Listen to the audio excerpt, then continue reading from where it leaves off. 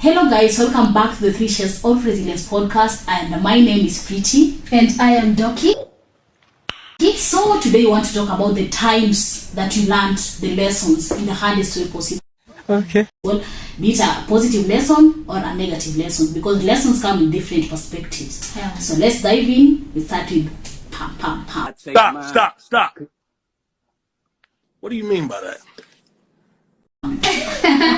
Exactly, because I feel like life is a cycle, and every time as long as you're living, you have to learn lessons here and there.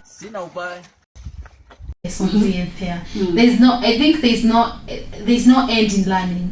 Each and every time you go into a place, each and every time you're experiencing a day, you have to learn a lesson. And exactly as the way she has introduced it, that at times we learned the hard lessons, man. There were those days when maybe you cried. What? Bro, what are you talking about, man? There were those days that you, by the way, you can have a lesson. I think for each and every lesson we learn in our life should be a positive thing. Do I regret what I said? No, I don't regret.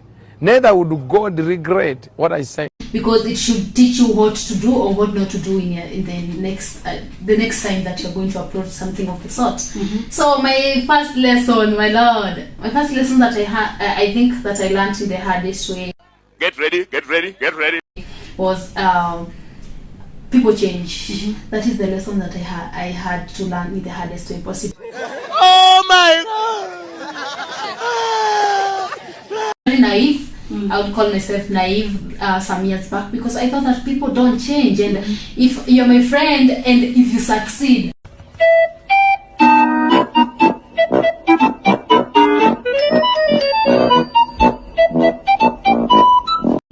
we are going to succeed together because we are friends. Come on, how can you change? You cannot change. What are you saying? What are you saying? What is this? But let me tell you, nilipigwa na butoa. One day my sister was like, you will learn that lesson. And I was like, it's so change. I will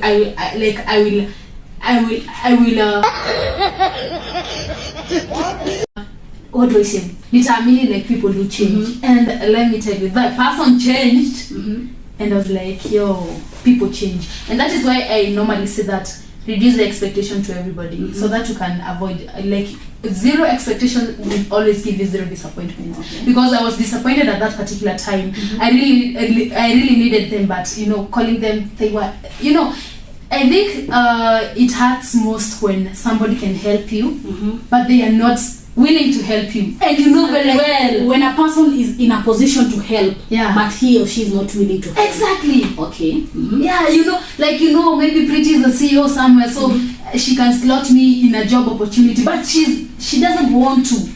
That doesn't have to, I don't know how to explain it, but you have that opportunity to help me, but you're not helping me. That is one of the most hardest lessons that I have learned in this life. Talking of that, recently I was talking to a friend, and she was going to apply for a certain job.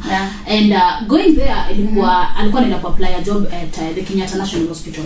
So going there, she finds that the cousin is a doctor there. And she's like, you knew there is a job opportunity here. All along you've been knowing me, I'm your cousin, and you didn't even bother to call me to tell me that there is an opportunity somewhere. How can you feel? Too bad. And this is a cousin in your blood. Maybe he wanted to refer somebody else, and things happened the way they happened, and you bump exactly what I'm saying. You're like, is this really Jesus. what life has to offer? Anyways, aside from that, the lesson that I learned in the hardest way possible is that opportunity comes only once, and the earlier you realize that opportunity comes once is the better.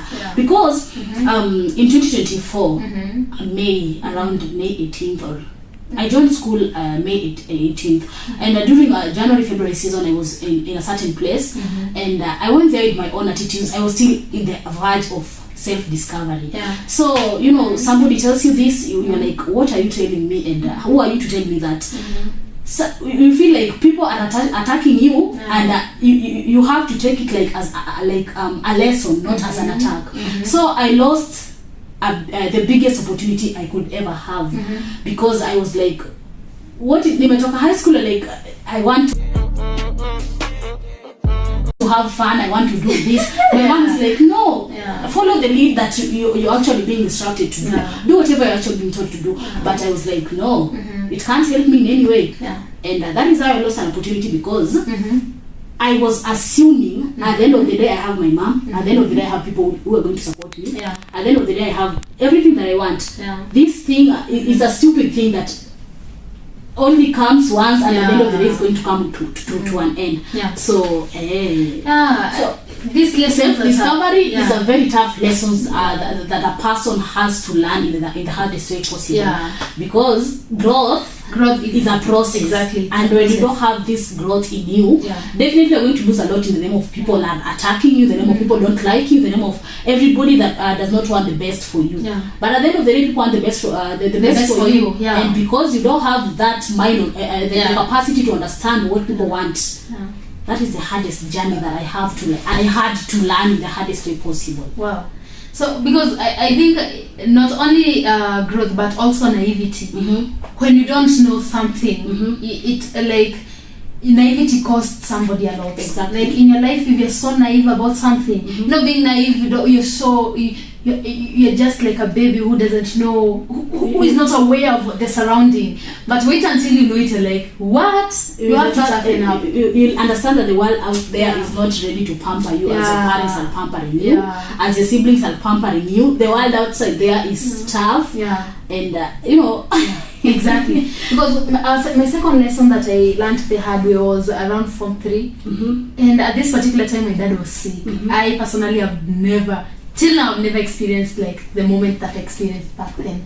So I've never, like in my life growing up, I've never seen my dad sick in such like a manner. There is those serious sickness to the extent of being bedridden. Exactly. You're used to, that's just like a homa and he'll get well. So my dad was sick, and we were in that financial trench where you don't have money. Not until you wait until you want your family to help you. They're not there to help you. They don't give a fuck about what you're going through.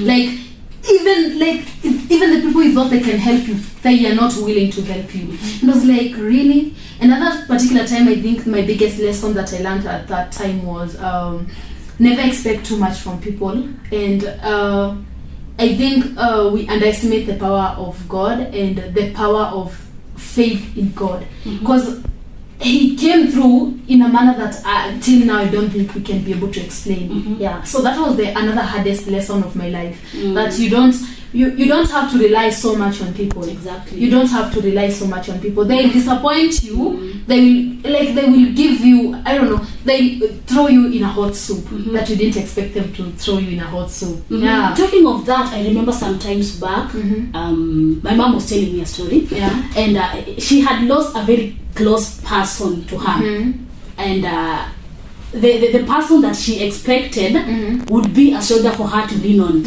is calling her and telling her, so and so is dead, and I don't know what you're going to do, it's your problem. Really? How did so and so is dead? Where you are, Nivo, he's dead. The person that you expect to give you a shoulder to lean on, and you're like, I don't even know what to do, and you're like calling me and telling me, it's like maybe you knew somebody is gone. Like you had the instincts that somebody is gone, so you just wanted a confirmation. So the person calls you, so and so is dead, it's your problem. People are so heartless, very heartless. The person that she expected, this is now the person that is going to stand with me in this tough time. And she was like, Mimi, I can never rely on any family member. The only person that I can never forget is my brother who mwenye namfuata, but the rest I can't. Because imagine somebody calls you and telling you so and so is gone, do whatever you have to do, it's your problem. We are not going to give you financial support for maybe burial process, this and this for this and this, and you're like, okay, I'm not working, I am pregnant, I am this and this and this. But then she was pregnant for my brother. My brother or for my brother, I don't know. She was pregnant. If you can just imagine. So that was so heartless, because it was lack of intelligence. Because some news, I think, even if somebody is not pregnant, some news are meant to be broken in a certain way. You don't just